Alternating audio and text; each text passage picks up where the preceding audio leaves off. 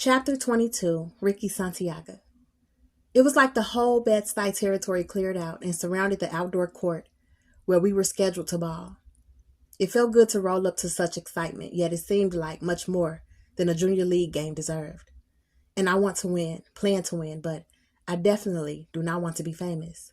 I pushed my way through the crowd and joined my team 5 minutes before game time. Out of habit, I surveyed row by row in each direction. "This crowd is crazy," my team member Panama pointed out, with a nod of his head. I acknowledged the same way. "You think it's us, black, but it's not," Machete, another teammate, said. We were all leaning forward on the players' bench. "Of course it's us. We're undefeated," Jaguar said aggressively. "Look over there to the left. That's Ricky Santiaga, our team owner," Machete exposed. "Who said?" Brass asked. "He's from around my way, a big-time businessman, if you know what I'm saying. I've been peeping it. He's been making a lot of smart moves lately." Machete put us up on it. "You saying people coming out here just to see him? Can't be. He's just a local player. There's mad hustlers representing out here," Brad said. "Catch up and pay attention," Machete said as though he was the underboss. "Look who Santiago is standing next to, Mike Tyson, the up-and-coming heavyweight champion of the world. I heard this kid is an official Brooklyn killer. His body is as wide as a building and his fist broader than your head. And check the rapper standing next to him." All team heads shifted to search. "Oh, shit," Panama said, and then stood right up. "And check the other side, the whole Uptown crew, and Calvin and Rich and them." "Take your seats, it's about to go down," Vega screamed, because he could hardly hear himself talk. "Machete, Midnight, Panama, Jaguar, and Big Mike, let's go," he shouted. He motioned so hard with his hand for us to move that his cologne almost knocked me out. We were in the middle of the court now. The air horn went off, the whistle blew, and Big Mike snatched the jump ball and sent it sailing right over to Panama. We all was running now. 3 seconds before time ran out in the fourth quarter, Machete passed the ball to me, and it seemed like the whole crowd went silent and all inhaled at the same time. I was standing at the top of the key, where I have stood 1,000 times. I pulled up, ignoring my sore shoulder that had been pulling on me all night. I didn't have even 2 points in this game. I just kept feeding Panama, a reversal of our normal strategy. He lapped it up and proved himself handily. He had 28 points on the board for self. That's why the man who was supposed to be checking me was double-checking and double-teaming Panama, and I was free and clear. Inside of a second, although I never knew there was an inside to only 1 second's worth of time, I said to myself, if I make this shot, what I've been thinking has to be done. Has to be done. If I miss, it's not for me to do. I closed my eyes. I had the feeling and the dimensions of this court embossed in my memory. My fingers pushed and then flicked the ball. And when I opened my eyes, me, the crowd, and my team were all mid-air cheering, swoosh. It was my only 3 points, but it was the most important and pivotal shot in the game and in my life for the moment. The players rushed me, crushed my left shoulder some more, and the crowd went haywire. I pushed all the rushing girlies toward my teammates, wanting to ease out of there. Purposely, I had played low-key throughout the game, but now I had brought too much attention unto myself. "That was a mean-ass shot," Vega yelled, as he pulled me out from the growing, clawing crowd. "Step to the side with me for a minute." He pushed me forward with one hand and the crowd back with the other. I followed him, and he used his authority as a coach to keep the crowd off my trail. Panama and the fellas were still entertaining the crowd, holding up the number 1, their arms raised up high, index finger toward the sky. Girls gathered around them and began cheering.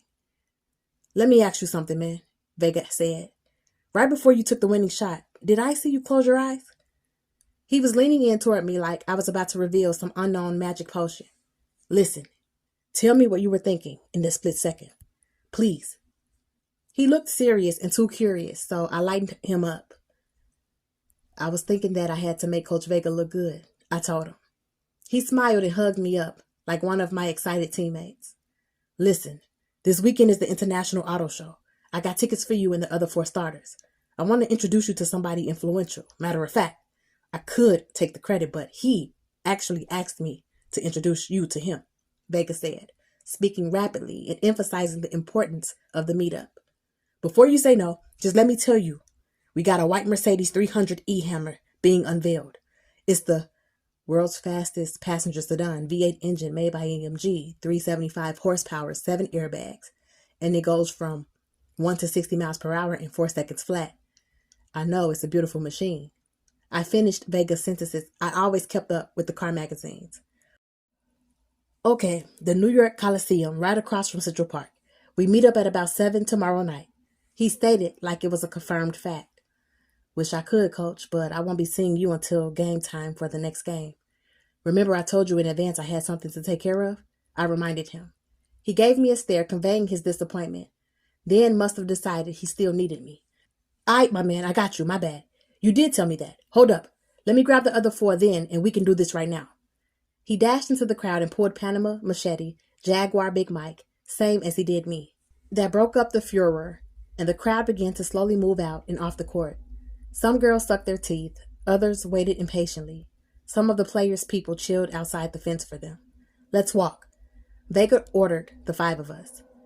On the dark side of the building, Ricky Santiaga sat calmly on the hood of a black Ferrari 288 GTO. Only a fool didn't know how exclusive that joint was. It cost almost $170,000. Off the top, I wondered if it was his or if he rented it just to see jaws drop open, like they were dropping right now. His men were grouped up at the corner of the building within eyesight. I figured they were there to block off any curious heads and to make their boss feel at ease. My eyes captured the car, of course, the soft white leather seats and precise piping. Every detail popped out before me. His new tights, the black suede driving shoes he wore as he rested his feet against the front fender. A single lamppost casted a beam of light around them, as if they were being displayed in the shoe store window of a Park Avenue shop. I checked my date just.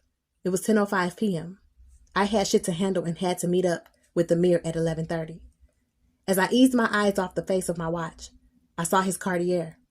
Yet what really stood out was his gold band topped off by one clean princess cut diamond, a modest one, and 3/4 carat diamond being rocked on his married finger. You got an appointment? Ricky Santiaga asked me in a cool and even tone. I do, I answered calmly.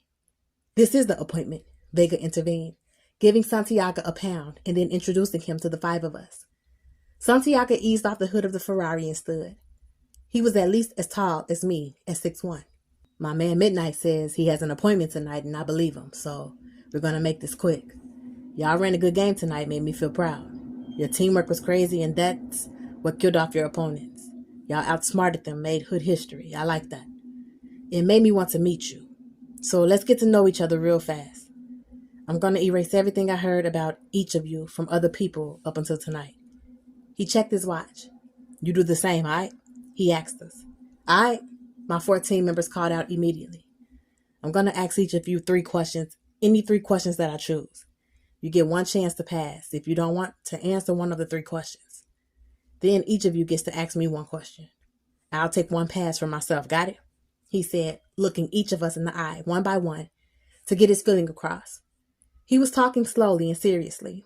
He commanded everyone's attention with his style and method, and now Vega was unusually silent.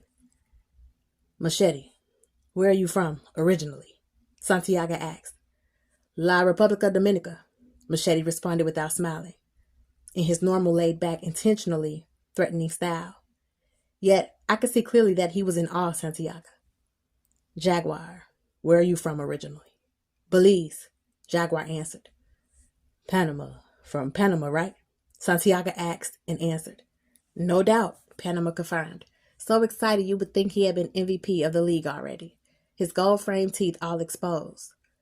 Brass, same question. Santiago pointed. Las favelas de Rio de Janeiro, Brazil. Brass said proudly.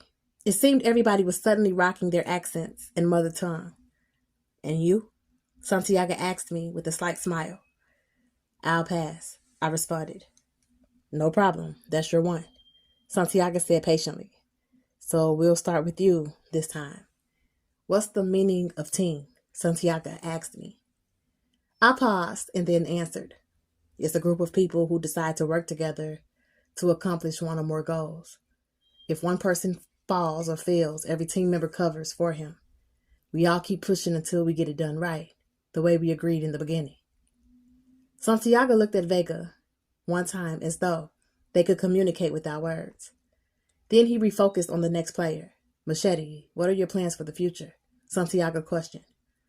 I'm hoping to be alive in the future. That's the first thing. Come to think of it, I want to be like you. So large I could sit on a Ferrari like it's nothing and have a bunch of dudes who got my back standing around just waiting for me to give the word. My teammates all laughed, not just at his answer but at Machete's style.